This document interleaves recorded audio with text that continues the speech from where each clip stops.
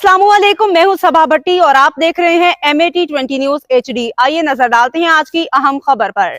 खबर शामिल करते हैं चिनियोट से। ब्यूरो चीफ मुख्तार अहमद अंसारी की रिपोर्ट के मुताबिक मिलावट माफिया के खिलाफ भरपूर कार्रवाइयाँ जारी। शहर के मुख्तलिफ इलाकों में दूध बरदार गाड़ियों समेत 104 फूड बिजनेसेस के इंस्पेक्शन की गई।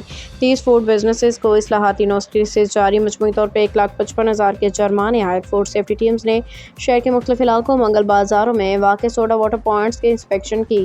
50 लीटर से ज़्यादा मजरे से गैर मियारी सोडा वाटर मौका पर तलब कर दिया और जुर्माना आयद किया, जबकि आइस फैक्ट्रीज को वर्कर्स के मेडिकल स्क्रीनिंग सर्टिफिकेट से अदम मौजूदगी जंग आलूद सांचों के इस्तेमाल, सफाई सुथराई की अबतर सूरत हाल पे जिसकी बिना पे 1,27,000 रुपये के जुर्माने किए गए और 160 किलो गैर मियारी बर्फ ज़ाया कर दी गई।